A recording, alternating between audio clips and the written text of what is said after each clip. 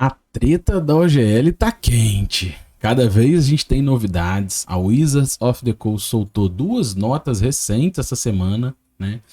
E essas duas notas já deram novos bafafás. Então o objetivo desse vídeo hoje, eu vou falar um pouquinho sobre um resuminho dessas notas, vou deixá-las na descrição para você ler e tirar suas próprias conclusões, fazer um resumo sobre isso e a gente projetar, planejar o que a OSR pode, o que tem sido discutido dentro da OSR e o futuro em relação a essa nova treta. Bora pro vídeo!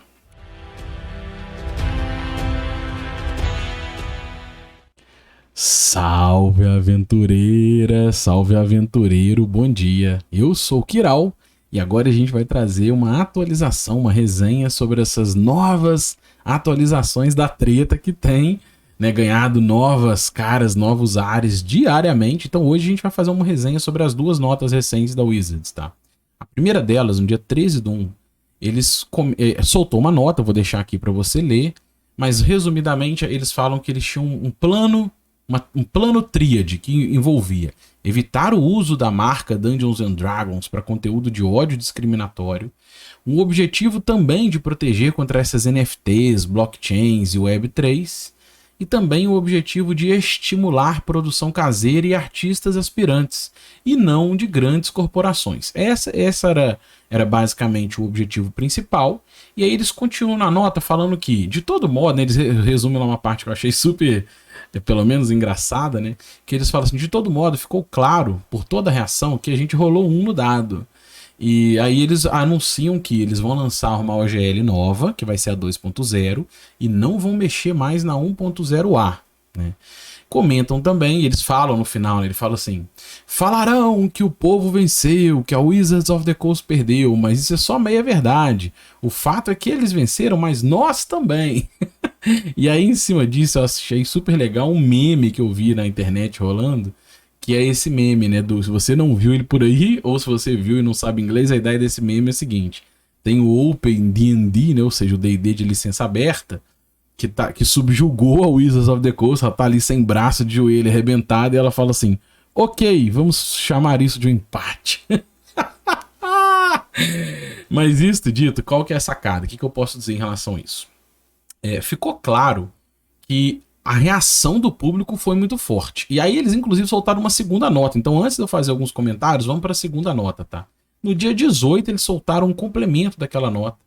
E ela foi falada pelo Kyle Brink, né? Que eu não conhecia, mas ele fala que ele joga e ama o jogo. Mas pelo que eu apurei, ele tudo bem, não sei nem se ele joga o jogo ou não, mas eu imagino que essa intenção é a ideia de trazer um tom mais pessoal. Por quê? Porque a Wizards a galera acusou muito de que o jogo estava sendo dominado por burocratas, né, por uma galera que queria só monetização e que não jogava o jogo. Não era um jogo de designer, como vários outros jogos concorrentes. Então ele vem falar isso e ele é um empresário, não é designer de jogo, mas eu acho que é para tentar dar esse tom mais pessoal, né? E aí ele reforça a ideia que a desautorização não vai avançar, né? E promete enviar uma proposta para a OGL 2.0 com participação aberta do público e transparência. Ele comenta isso lá. O que mais a nota de resumo tem? Eles fazem um guiazinho, né, do quais são os parâmetros e perspectivas. Eu vou resumir aqui, até aglutinei alguns. Mas a ideia é que vídeos e serviços, ou seja, se você vai fazer miniatura, vai prestar serviço, vai fazer consultoria, quem mestra e cobra por isso, né? Eles não vão interferir nisso, tá? Vídeos YouTube, nada disso vai ter interferência, VTTs não lives, eles não vão mais interferir nisso, para você ver aonde eles chegaram, né, na intenção. Comentam também que não terá interferência em cima de acessórios, então se você faz grid de batalha, miniatura, rolador de dados customizados, eles não vão interferir nisso. Olha aonde essa treta alcançou, em uma tentativa muito provavelmente de ofuscar até esse tipo de produção, né? Então eles comentam que a OGL 1.0A vai continuar ativa, tudo que foi produzido para ela vai continuar rolando, ninguém vai precisar mexer nisso, eles não vão mexer mais, e que os VTTs também terão permissão de uso com a nova OGL, isso a gente ainda não sabe como é que vai funcionar, né? E ele fala que o que tem lá na DM Guide, DMs eu acho, Guide, terá permissão com o uso da nova OGL. Beleza. que mais tem? Eles ainda comentam sobre o faturamento. Lembra no vídeo que eu comentei sobre a treta da OGL? Que tinha um interesse de se você tivesse faturamento superior a 750 mil dólares, não vou mexer mais nisso, né? E não vou mexer em direitos autorais. E esse, para mim, era o ponto principal da treta. Porque para você, como eles iriam desautorizar a OGL antiga e você só poderia produzir para o chassi Dungeons and Dragons com a OGL nova, eles comentavam que toda produção intelectual seria de direito da Wizards, ela poderia se apoderar da sua produção. Eu já fiz resenha aqui, por exemplo, de Neverlands, né, e várias, Tome of Beasts, várias dessas produções, e não só para a quinta edição, né, cenários do Oz, as Mega Dungeons do Gillespie. Se fosse publicar usando a OGL deles, eles teriam direitos autorais sobre isso. Então é óbvio que isso era até ilegal, inclusive, e eles comentam que não vão mexer nisso, né. E aí tem umas tretas que vazaram, tá? O D&D Shorts, ele vazou algumas informações dentro dessa treta, alegando que eles estavam planejando na nova plataforma fazer inteligência artificial para mestrar o jogo, né? E que cobraria uma mensalidade ali em torno de 30 dólares e seria menor de acordo com o custo. Então, se você usasse só a SRD básica, seria mais barato, né? E aí se você usasse alguns materiais e ela chegaria numa mensalidade de 30 para você usar todos os recursos. Beleza. O que eu posso falar em relação a toda essa treta? Todos esses comentários. Para mim, primeiro, ficou muito claro, como eu já tinha falado na live do Fint, que eles estão de olho no modelo online, no modelo digital, no RPG digital, né? Isso até me instigou a abrir um vídeo, eu vou planejar como, pra gente fazer uma reflexão juntos sobre a diferença de um RPG analógico para um RPG digital, mas eu acho que isso é um tema de um outro vídeo. Eles têm ali interesse nessa monetização em cima de lives, né, em cima da plataforma do D&D Beyond, eles querem controlar, de certa forma, monetização em cima disso. Eu ainda vou falar um pouquinho sobre qual seria o problema dele querer monetizar. Não tem problema nenhum, a princípio não, mas do jeito que eles estavam fazendo tem, tá? E eles queriam também minar a concorrência, porque evitar um novo Pathfinder, né, nova Paizo. Então você tem grandes empresas produzindo para a linha D&D quinta edição e eles tinham interesse em minar essa concorrência para não usar mais a OGL 1.0A e facilitar a migração do público para o novo Dungeons and Dragons, né? Se você olhar, olha só, vamos pensar um pouquinho em cima disso, tá? Eu vi publicações falando só, isso é até assustador, né? Assustador, não sei se é positivo ou negativo. Mas eles comentam que a divisão da Wizards of the Coast, do Dungeons and Dragons, né, do RPG, ele é responsável por cerca de 70% do faturamento da Hasbro. Então, para quem fala que RPG não dá dinheiro, olha o quanto chegou o faturamento, né? Só que, se você pegar o gráfico, isso aqui é muito legal também, olha só, o gráfico de faturamento do Dungeons and Dragons. Como ele veio caindo no último semestre, né? No último ano, na verdade, ó, de março do ano passado para cá. Então, ao longo do ano, ele veio caindo. Com uma leve tendência de crescer agora em janeiro, né? Esse janeiro agora. Mas ele vinha em queda. E era essa queda que sinalizava para eles, talvez, o momento de lançar o novo. De lançar o One D&D, né? Ele vem com essa sinalização de renda caindo. E não tem problema nenhum. Você tem um produto, você está vendendo produto, você vê que está tendo queda e você tem busca novas ideias. Então, a OGL nova, ela vinha sendo planejada para o D&D por causa desse tipo de resultado, né? Só que o tiro tem saído pela culatra. Por quê? E por que rasgou isso, né? Porque a reação do público, ela foi uma reação coletiva de números significativos de cancelamento de assinatura em cima da plataforma digital deles, por causa das intenções da nova GL.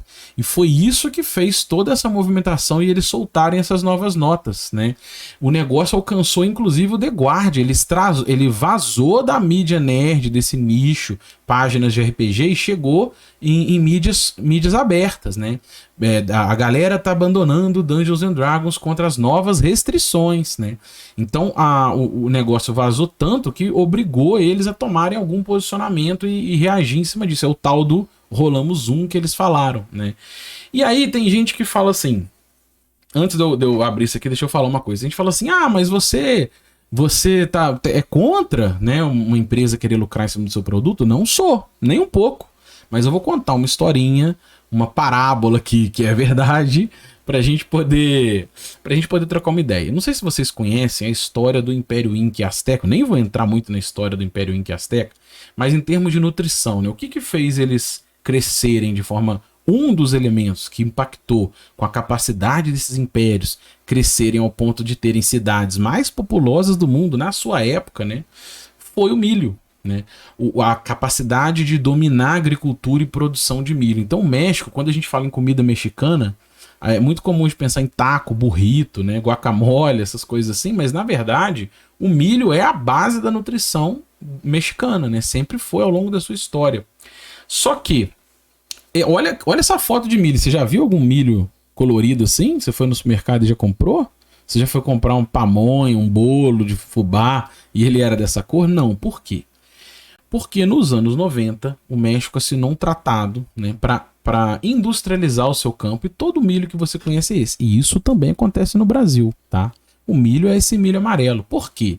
Porque ele é um milho de tecnologia transgênica, ele é melhor resistente a pragas, você pode produzir de maneira quase homogênea no campo. Então a industrialização do campo levou uma homogeneização do tipo de milho que você tem, e essa unificação favoreceu exportação, favoreceu grandes produções. Mas não é uma decisão nutricional, não é uma decisão em termos de qualidade nutricional. É uma decisão em cima de você transformar aquilo em produções de monocultura em latifúndios gigantescos para facilitar essa produção. Só que a beleza nutricional, as variedades de sabores, as variedades de textura, elas estão ainda presentes na culinária artesanal. E recentemente o México tem tentado proteger, né, até da extinção, as outras variedades de milho que foram descartadas pelo processo industrial, mas que são muito mais nutritivos. Isso, e aí eu tô falando aqui do milho, isso vale para o pão que você come, para a pizza, massa da pizza que você come e para qualquer coisa que você come, palmito, para tudo, né? E eu nem sou da área de nutrição, tá? Eu tô falando isso aqui porque eu gosto muito, eu gosto, né, de debater muitos assuntos, tá? Eu vou deixar um podcast que fala sobre isso na descrição aqui do vídeo, e isso também acontece no nosso país. Então aquela escolha do milho amarelo, ela não foi uma escolha por qualidade, ela foi uma escolha para você vender para o mundo inteiro, né? É uma escolha industrial. E isso também acontece, eu vejo um paralelo muito forte no RPG, né? Quando a Wizards of the Coast quer lançar o seu nenhum D&D, né, novo aí, esse picolé de chuchu, eu nem, antes de eu criticar ele, eu nem sei o que é, então nem posso criticar na verdade. Então esse non D&D é mais uma crítica à forma como eles abordaram, porque você querer capitalizar em cima não tem problema nenhum, eu quero monetizar, só que a ideia é, olha, o que tem de errado no nosso sistema? O que eu posso fazer de melhor? Será que ele tem mecânicas ruins? Por que eu tenho uma crise de mestragem, a galera querendo mestrar? O que eu posso fazer de melhor para isso? Criar guias para mestrar? Como criar o seu próprio cenário? Vamos criar um sistema mais limpo? A ideia não foi em cima disso. A ideia foi passar um verniz ali de novidade para buscar capitalizar de outras formas, e de tudo que eu vi, essa ideia, inclusive, beirava a ilegalidade, né? Porque você iria derrubar uma OGL que já está ativa aí há mais de 20 anos e prejudicar. E aí a ideia é, né? Vou abrir aspas aqui, que não sou eu falando isso, a mentalidade que eu imagino. Eu não tô nem aí de quem vai ser prejudicado, eu quero é no meu bolso, né? E isso que beirava a ilegalidade, que ia rasgar e prejudicar uma série de autores, e no nosso caso aqui do canal que a gente fala de OSR, um monte de empresa pequena, né? E você iria atropelar isso em cima de um termo muito provavelmente legal de tudo que a gente levantou. Por quê? Porque você é uma empresa muito maior, com aporte financeiro muito maior e uma capacidade de controle de que ninguém queria embargo judicial contra você. Então essa é a crítica, né? A crítica vem em cima disso. Mas valeu a lei de Newton, né? Para toda ação tem uma reação de até igual intensidade em direção oposta, né? Que foi o cancelamento no D&D Beyond. E eu achei muito legal. E isso me fez levantar alguns pensamentos, até de ideias de novos vídeos. Eu fiz um vídeo aqui, os desafios de mestrar, né? Onde a gente levantou uma potencial crise de quem queria mestrar. E aí eu vou fazer uma reflexão em cima do que vazou ali de inteligência artificial. Se você pensar bem, eu já joguei há um tempo atrás, numa outra vida, o Dungeons and Dragons Online. E lá era como se tivesse alguém mestrando por aí, né? Era mais ou menos a mesma ideia. Inclusive, você podia ter personagens por aí. que você poderia contratar mercenários, tinha auxiliares, você podia ter animais. Então você tinha isso controlando outras coisas. E eu não vejo problema nenhum em você ter aí, né? Mestrando, se eles fizerem, se eles forem por esse caminho, nem sei se é verdade, na plataforma lá. Só que, para mim, isso mostra o quão essa abordagem muito digital se afasta do RPG artesanal, do RPG analógico, que é o objetivo aqui do canal, né? Porque é uma visão de quem tá mestrando. Por que tem crise? Ao invés de você pensar assim, cara, por que tá ruim você mestrar? Será que eu não tô dando ferramentas adequadas? Será que a pessoa não se sente jogando o jogo, né? Porque eu me sinto jogando o jogo. E é por isso que a gente vai fazer vídeos sobre isso, é por isso que a gente vai abordar, né, como esse desafio do Gygax 75, várias abordagens super legais que você pode ter para mestrar o jogo. E aí, mas tudo bem, também não vejo problema lançar a concorrência lá, mas não interage com o RPG que eu pratico e que eu gosto, né? Que é o RPG analógico, o RPG artesanal. Beleza, o que mais eu posso falar sobre isso, né? Eu vi uma arte aí passando na internet, não sei se você já deparou com essa arte, que é tem falado assim, né? Por que jogar assim se você pode jogar assim? O que eu posso falar em relação a isso, né? Que tem a ver com esse RPG digital, tem a ver com essa crise de mestragens. E eu não vejo também problema nenhum em você ter os adereços, tá? Eu quero ter miniatura, eu quero ter rolador de dado, eu quero ter um escudo do mestre customizado, não tem problema nenhum. O problema é quando você coloca isso como uma barreira para jogar, né? O problema real é esse. É você colocar esses aditivos como uma barreira impeditiva para se jogar RPG se você não tem isso, né? E quem tem, tudo bem, eu tenho dados estranhos DCC, fiz mapa riscável, não tem problema nenhum. O problema é, isso não é pré-requisito para você ter um jogo bom, para você jogar um jogo bem jogado, não é por aí, tá? E o que mais, né? O que eu não falei? Qual é o futuro da OSR, né? A OSR, e o futuro da OSR, de tudo que eu apurei, você não precisa usar a OGL 1.0A para produzir material OSR. Então, o Fint, a galera do Old School Essentials, eu vou deixar uma nota atual da Necrotic Gnome falando sobre isso, né? Que eles estão estudando se afastar do chassi da SRD o máximo possível, vão revisar o material por segurança, mas o que você precisa colocar da OGL? Imagina que você vai lançar um cenário para Dungeons and Dragons, e nesse cenário você vai colocar ali um bestiário, né? As criaturas, você pega o texto exatamente igual ao da SRD e põe no seu livro. Item mágico, vou pegar direto do coisa e vou pôr no meu livro. Pergaminhos de magia, vou pegar a descrição das magias e pôr no meu livro. Aí você está usando material direto, copiado da SRD, aí você precisa pôr a OGL. Mas se você está repensando essas magias, repensando essa lista, colocando criaturas diferentes, né? Não tem problema nenhum, você não precisa. Então, a ideia que eles têm feito eles estão estudando essa nova licença da Orc, né, da Paizo, estão estudando a possibilidade de criar uma licença própria, mas o ponto não precisa apavorar. Eu vejo um monte de gente fazendo, né, resuminho aí, um monte de RPG, um monte de sistema que tem licença aberta que você não precisa jogar o sistema da licença do D&D, mas eu quero jogar o meu D20. Mas a ideia você não precisa apavorar, tá? É super tranquilo, a galera tem tomado as medidas, porque se você não tá usando os textos completos, você só usa a mecânica, não tem problema nenhum. E essa é a abordagem que eles têm feito, eu vou deixar as notas aqui para você ler sobre isso, mas resumidamente é isso, tá? Continua sendo produzindo normal, não vai ter problema nenhum, mas eles vão revisar algumas coisas por segurança para finalmente cortar esse cordão umbilical e afastar da necessidade de colocar alguma OGL ligada ao Wizards of the Coast. Esse é o resumo geral da treta atualizado. Se eu esqueci alguma coisa, deixa aí na descrição. Vamos trocar ideia para ver se de repente vale mais algum vídeo. Mas eu acho que daqui para lá, se não tiver nada muito diferente, eu acho que essa série de vídeos da OGL se encerra aqui. A não ser que tenha alguma treta, alguma novidade muito grande. Se você gostou, se inscreva no canal, deixe um joinha, compartilhe esse vídeo e, acima de tudo, comente, porque o nosso grande objetivo é trocar XP. Um abraço e até o próximo vídeo.